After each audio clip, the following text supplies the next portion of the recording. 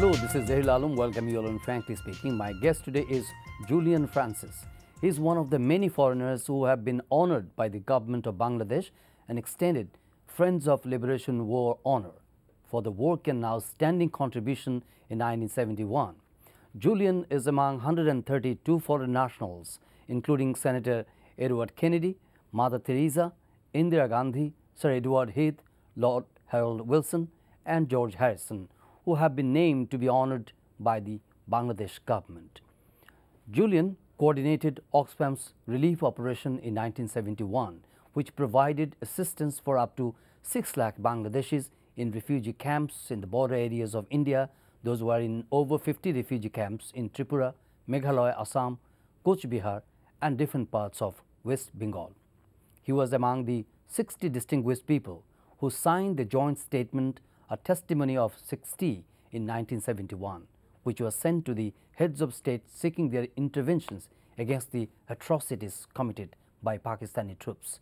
We are joined by Julian Francis today on Frankly Speaking. Hello. Thank you very much for joining us on my show. My pleasure. Today. Thank you. Julian Francis, possibly you're the unique person, unique friends of one of the friends of Bangladesh who is still living in Bangladesh and connected your journey which began in 1971, and in 2017 you're still living in our country. So how does it feel? Well, it is quite a remarkable feeling and a remarkable story, really, because I didn't know even when I was working with the refugees in 1971 that I would have such a long association with Bangladesh. I first came to India when I was 22, and now I'm 50 years on. No, it has been in a way a lifelong journey so far. So, but why do you love Bangladesh so much? Well, I suppose it's the people mainly, but also and they're remarkably not only friendly and hospitable, but they're extremely hard work. Can you shed some light on the days during the the 71 period, how the refugee have been flux in India in different refugee camp, and how you have been started working to give shelter and succor to the thousands of refugees over there? Well, of course, it took quite a long time for us in India to realize the enormity of the impending problem and how many people might come from Bangladesh. But so it took a bit of time to really accept the fact that at one border crossing 30 or 40,000 people a day were coming. So how the Indian government and the West Bengal government and other state governments were able to quickly organize refugee camps, it was quite remarkable, but they needed supplementary assistance. And after the independence in 1971, when did you first come in Bangladesh? I came about 10 days after Sheikh Mujib had returned. We came about the 20th or 21st of January 1972 and drove overland from Kolkata. Can you share some of your memories in Bangladesh from when you first came here? Well, the journey was traumatic because it was a very difficult journey because the roads were so full of people walking home, and there were lots of singing, there was a lot of crying or shouting Joy Bangla, so we were moving very slowly. And total sign of devastation. Oh, the devastation was tremendous in terms of burnt out villages and blown up bridges, culverts, sunken ferries and launches. Yes, that was devastating, and it made people, the refugees returning home, realize, well, will our house still be there? It may be burnt down. So they were there was a mixture of joy coming home, but fear of what they might find. And you met with Bangladesh Sheikh Mujibur Rahman. I did. I had a very interesting meeting with him, actually organized by Tajuddin, who I had met a couple of times in Calcutta. Okay. And Sheikh Mujib basically was asking me why did I come to see him, and I wanted some advice about what a small organization, small in those days, Oxfam, could do for the big problems in Bangladesh. And he pointed his pipe stem at me and asked me, "How did you come, young man?"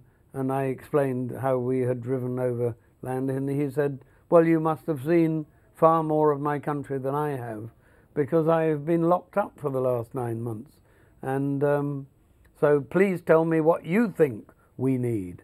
So then we were discussing, and as a result of that, Oxfam was able to help with not only house building, but with the purchase of 3 ferries, and at least 1 or 2 of them are still working at the Mawa.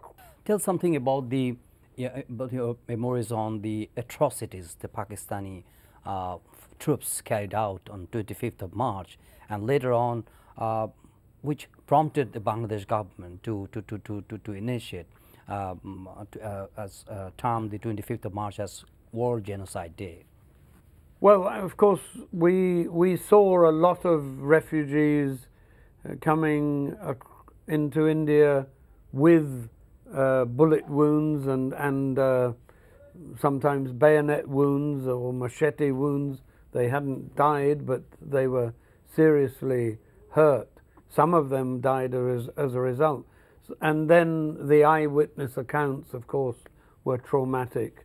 So if you think, well, could it have been documented better and eyewitness accounts written down? Yes, of course it could have.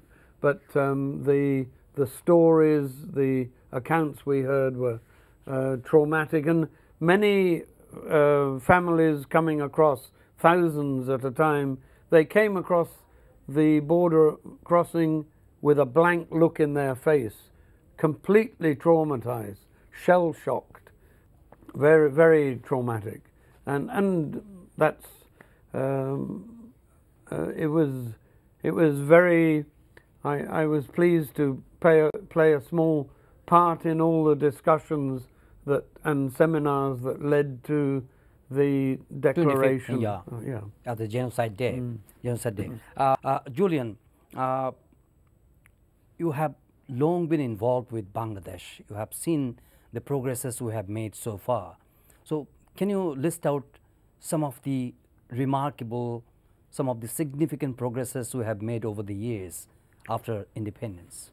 The man-made food disaster in 1974, to recover from that and to develop agriculturally to become self-sufficient in food grains has been quite a remarkable achievement, and not just the farmers themselves, but the country which experienced a famine-like situation once in the mid-70s. That's right, and the plant breeders and the development of seeds now that can grow rice varieties that can grow in saline water as well as in drier land. So the development of all these varieties has been remarkable as well. And of course, later on, the development of the garment industry has been quite remarkable. But there are so many challenges also we are experiencing or witnessing so far. In your view, what are the major challenges that Bangladesh have been facing? I suppose depending on which industry you're in, you will see different challenges. But one of the things I've always been concerned about is why why successive governments have not invested more in the railways. If the railway network had been kept modernized and more efficient, then we wouldn't have the extraordinary and crippling traffic jams that exist, not just in Dhaka, of course, but on the highways. And although the highways are being modernized and so on, and high-speed trains are locally for Dhaka are being planned, but that's one of the big bottlenecks as far as I could see. I've always been saying when I've been asked to write about how Bangladesh has changed, and the progress has been remarkable, but it could have been even more remarkable if we had not had confrontational politics. And I mean, a very good government is improved by having a robust opposition in Parliament, and so that has been lacking for a long time, which is very saddening and disappointing. It's a country of 160 million people. It's huge in a small country. So, do you think this huge population is a strength or a burden? Well, I believe it's a strength. I think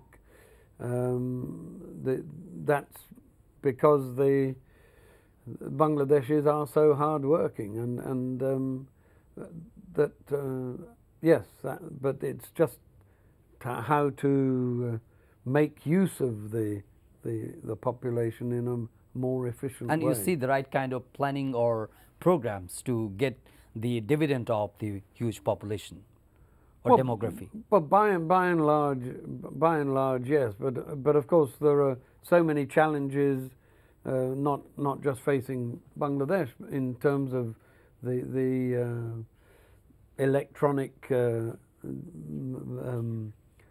world we are living in, and then what, one worries about machines taking over people's jobs. That's not going to happen in Bangladesh, I think, for a long time. But still, one needs to be looking ahead to see what opportunities can be found. Julian, what are the things which have impressed you most during your stay over the years in Bangladesh? Oh gosh,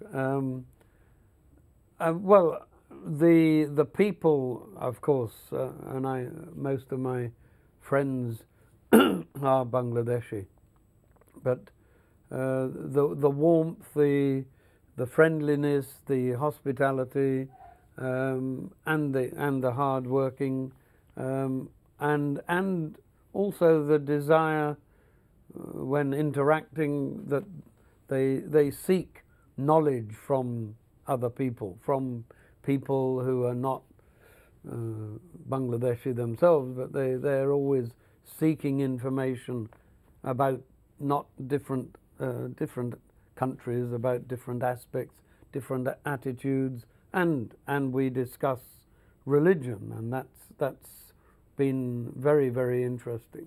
Do you find the tolerance in the society, it's remarkable, it's impressive, or it's praiseworthy? Yes, when I first came to live here in 1985, I would tell many people that the religious harmony, communal harmony, was far better here than in India at that time as well. But it was in the 80s, right? Yeah. Now, of course, with all the link to terrorism and all that sort of thing, one is wondering why people who are well educated from good families get involved in something like the Holy Bakery incident we saw last year. It's very difficult to understand. And then we have to ask questions about the education of those younger generation, the children, the teenagers. I mean, are they being influenced by the internet more than more than the teachers at school and more than their parents. So that's a great concern. Do you have conviction that Bangladesh will overcome, Bangladesh will get over the difficulties they're facing right now? Well, I'm optimistic, but some people think my optimism is a bit too much. But I've always been optimistic about the future for Bangladesh. Julian, let's have some glimpse on your working experience in different fields in Bangladesh. You first came in 1972, in January 1972. That was very brief stay here, but you started working since 1985 and onward 1992, and worked for a Canadian organization. Then after you worked for different programs from DFID, child livelihood projects, and you are also working now with different organizations as consultant and many other things. So share some of your major areas of interest in Bangladesh, where you focused, where you have been working on. Well,